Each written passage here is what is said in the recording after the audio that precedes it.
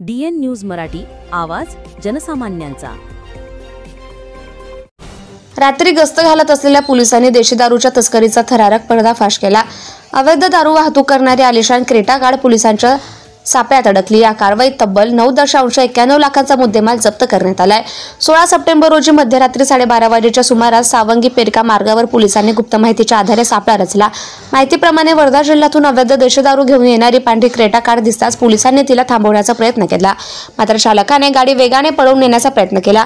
पोलिसांचा पाठलाग सुरू असतानाच गाडी रस्त्याच्या कडेला असलेल्या नाल्यात अडकली।